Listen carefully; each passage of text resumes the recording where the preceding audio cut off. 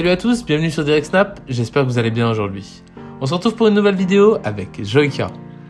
Il nous raconte l'incroyable histoire qui a bouleversé son quotidien. Il a vu en live son chat sauter par la fenêtre.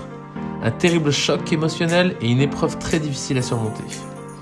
Il nous raconte dans les moindres détails comment il a passé chaque étape de cet accident. Par le début de l'accident, les soins, puis pour finir son rétablissement. Enfin bref, je vais vous laisser découvrir ça par vous-même, je tiens juste à rajouter un petit point. Qu'on peut que saluer le courage et la bienveillance que Joyka a apporté à son animal de compagnie, après toutes les histoires qu'on peut entendre justement sur la maltraitance animale. Ce qu'il a fait pour son animal, c'est très respectable. Donc nous lui souhaitons un bon courage et un très bon rétablissement. Je sors de la douche, on est dimanche et j'ai rarement été aussi content qu'une semaine se termine. Je vais vous raconter l'histoire et posez-vous tranquillement, ça risque d'être un petit peu long. C'est mercredi soir dans cet appart dans lequel j'ai emménagé depuis 2 semaines à peu près, donc tout frais encore. Et j'étais dans ma cuisine en train de réfléchir un petit peu à ce qu'on allait faire de ce week-end, on pouvait avoir un week-end de 3 jours, enfin bref. Une journée normale, tout allait bien. Je viens de couper le ventilateur parce qu'il faisait beaucoup de bruit et il fait déjà très très chaud. Petit détail, et même petit détail qui a sa grosse importance, mais quand j'ai visité cet appartement, en fait c'est un appartement qui est situé dans un bâtiment très ancien, et donc du coup également très haut. Chaque étage est très très haut par rapport à des immeubles un peu plus récents. Et quand je l'ai visité, ça m'avait marqué, je m'étais dit justement, waouh, il va falloir que je fasse attention parce que la surface est très grande, il y a beaucoup de fenêtres, et comme vous le savez, j'ai 2 chats, June et Nevada. Et je vais même vous dire que c'est le détail qui m'est resté le plus en tête avant de dire oui ou non sur cet appartement. Tout était nickel. Juste ça où je me disais, waouh, vraiment il va falloir que je fasse gaffe et que je fasse comme dans l'ancien appart et que je mette un grillage sur une des fenêtres pour au moins qu'on puisse ouvrir sans trop stresser et que les chats puissent être en sécurité sans problème, quoi. Et c'est une des premières choses que j'ai faites en arrivant dans cet appartement. Une fois que j'ai déménagé, j'ai installé le grillage que j'avais dans l'ancien appartement. Sauf que là, les fenêtres sont très très grandes et du coup, je l'avais mis genre aux 2 tiers de la fenêtre. Et je me disais, comme ça, à chaque fois que j'ouvre cette fenêtre et que les chats veulent se mettre sur le radiateur et regarder à l'extérieur, je serai à côté. Au moins, je regarde, je surveille, je suis à côté et j'ouvre jamais la fenêtre si je suis pas à côté pour regarder ce que font les chats. Et on est donc mercredi soir où je suis assis dans ma cuisine, par terre. Voilà, je suis en train de parler des vacances, comme je disais tout à l'heure. Et je regarde les chats qui sont tous les deux posés tranquillement sur le radiateur, en train de regarder justement à travers la fenêtre. Et d'un seul coup, je vois Nevada qui saute, et je sais pas par quel moyen, s'agrippe, monte le grillage, et je le vois chuter de l'autre côté de la fenêtre en une fraction de seconde. Vraiment, j'ai même pas eu le temps de capter ce qui se passait, qu'il était déjà passé de l'autre côté. Et je crois que dans ma vie, j'ai jamais fait un cri de détresse aussi puissant qu'à ce moment-là. Et tout s'est passé extrêmement vite, ça a fait qu'un tour. J'ai juste eu le temps de repenser à la hauteur, parce que c'est un truc auquel je pensais souvent. Et j'ai juste repensé à ça, juste au moment où j'ai entendu le bruit qu'a fait Nevada, le miaulement qu'a fait Nevada, qui m'a, et je crois que je m'en souviendrai toute ma vie, mais qui m'a transpercé vraiment. Et ça m'a mis une montée d'adrénaline que j'avais, jamais eu de ma vie, je pense. Descendu tous les escaliers, pareil, à une vitesse folle, quoi. Et arrivé en bas, je vois Nevada sur le sol, sur le béton. Premier réflexe, je regarde la fenêtre et je me dis c'est pas possible ce qui vient de se passer, c'est impossible. Et je hurlais non, c'est pas possible, c'est pas vrai, c'est pas réel. Et je fonce sur lui, évidemment réflexe bête parce qu'il prend peur et il commence à courir. Et il a pas couru longtemps, il a couru sur une dizaine de mètres et je me souviens de ne pas arriver à le regarder parce que ça me choquait trop. Et je crois que c'est une des rares fois dans ma vie où vraiment j'ai été impuissant, mais totalement, où j'ai perdu tous mes moyens, où j'ai commencé à hyperventiler et tout, chose qui ne m'arrive jamais. Et là, il y avait un groupe de jeunes, un groupe de personnes qui passaient, et je pense qui étaient des abonnés, donc merci infiniment si vous vous reconnaissez, vous regardez cette story. Parce que j'avais pas pris mon téléphone, évidemment, dans le stress et dans la vitesse, j'avais pas pris mon téléphone et premier réflexe, c'est de voir s'il était encore en vie et d'appeler instantanément un vétérinaire, un vétérinaire d'urgence. Chose qu'ont fait les abonnés qui étaient là. Ils ont appelé instantanément un vétérinaire et encore merci à eux. Et du coup, j'ai pu avoir quelqu'un en 2 minutes. Et à ce moment-là, ça a été pareil, tout s'est passé extrêmement vite en vrai. À ce moment précis, je me dis que chaque seconde, chaque minute est extrêmement précieuse. Donc je remonte chercher mes clés de voiture, je redescends. Je prends la voiture et on l'emmène directement à la clinique des plantes à Angers, où un vétérinaire de garde m'attend. Donc j'arrive et il le prend tout en charge. Et il l'emmène dans une pièce, et pour le coup, j'ai même pas pu aller voir parce que vraiment, je sais pas, j'étais. Vraiment, je saurais même pas expliquer, mais dans une panique et dans une détresse, dans une impuissance, j'arrivais pas à le regarder, j'arrivais pas à voir son visage, je voulais juste qu'il aille bien. J'ai juste le souvenir de lui avoir dit une phrase, c'est peu importe le prix, peu importe combien ça me coûtera, peu importe le temps que ça prend, peu importe ce qu'il faut faire, s'il vous plaît, faites en sorte qu'il aille bien, faites tout ce qu'il faut pour qu'il aille bien, quoi, pour qu'il s'en sorte. Et pour le coup, alors j'en place une pour les vétérinaires, mais en vrai, je pourrais pas faire un quart de ce que vous faites. Je trouve ça juste formidable comme métier, et bravo à tous les vétérinaires de France en tout cas. Et du coup, il me rassure énormément.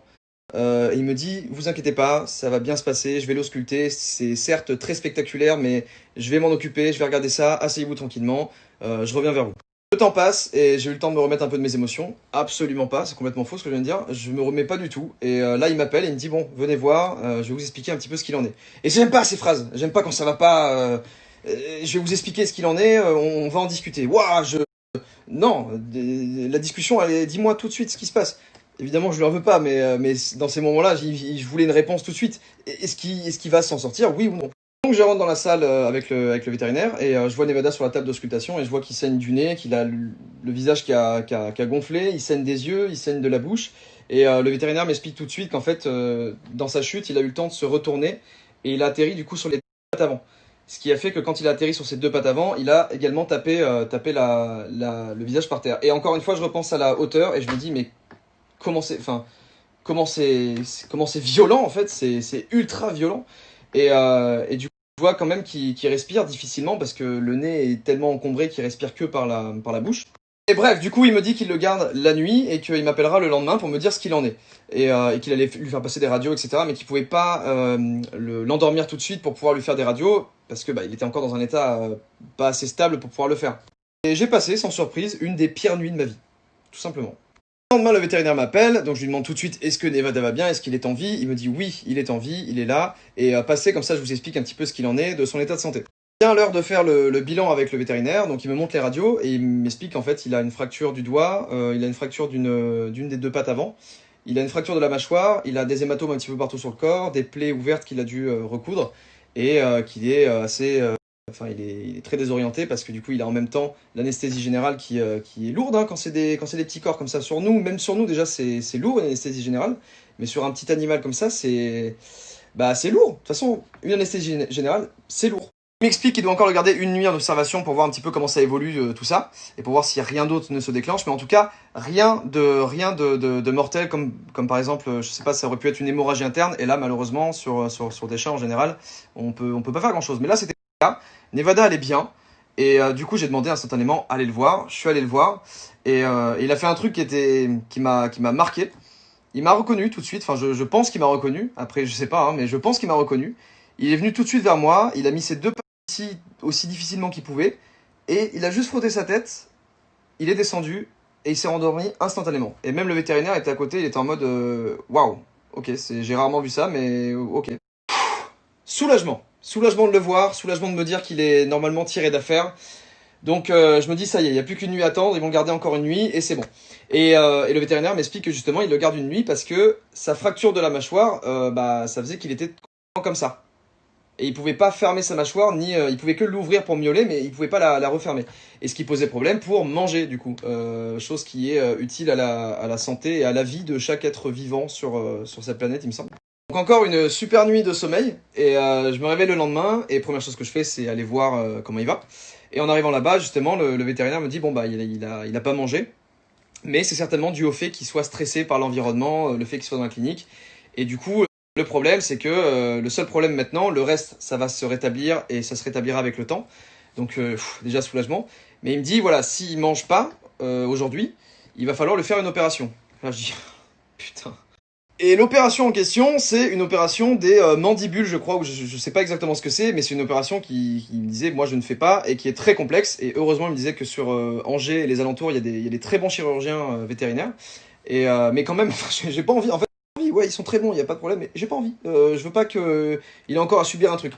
Et du coup, il me disait, s'il mange pas, il va falloir faire cette opération. Et dans ce cas-là, il faudra aller demain directement. Il faudra pas attendre parce que évidemment, s'il se nourrit pas, il y a un truc que je ne connaissais pas, mais si les chats se nourrissent pas après un traumatisme comme ça qui peut arriver, ils peuvent développer ce qu'ils appellent l'anorexie du chat. Ce qui fait que les chats refusent de manger parce que, enfin, leur cerveau ou je sais pas quoi, refuse de manger. Pas, je sais pas pourquoi. Donc je récupère Nevada et je me dis, il est pas encore tiré d'affaire, mais au moins il est en vie, il est bien, il est là, il est présent.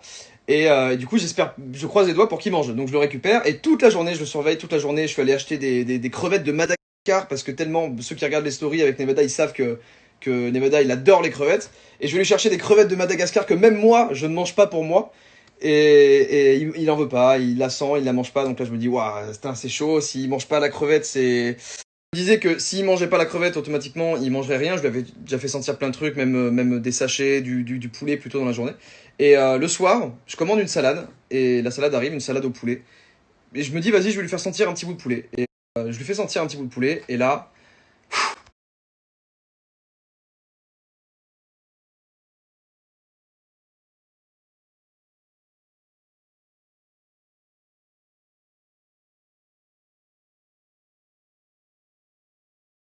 finalement, il a mangé son poulet, et il arrive que à manger quand je lui donne dans la main, il arrive pas encore à manger dans la gamelle.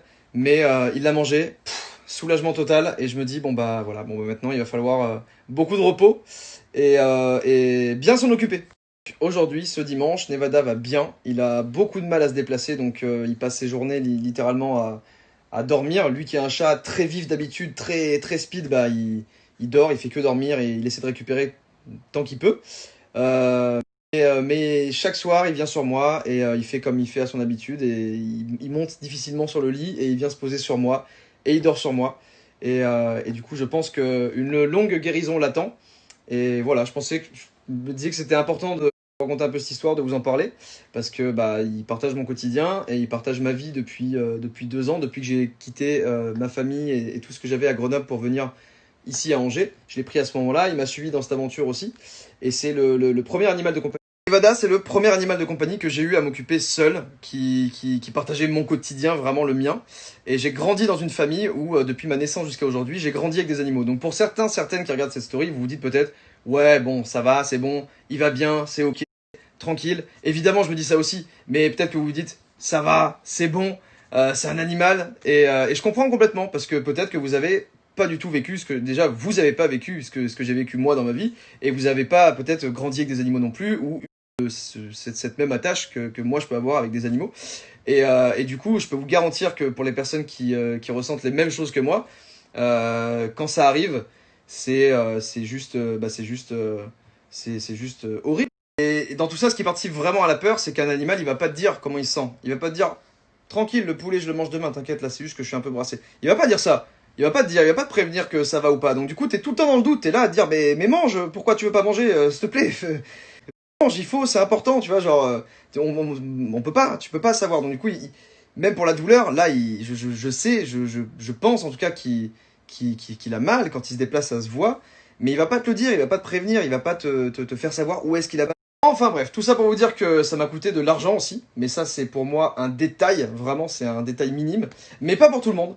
Et du coup c'est important de le rappeler, parce que déjà première chose, quand on adopte un animal, peu importe le gabarit qu'il a, pour moi, l'emmène jusqu'au bout.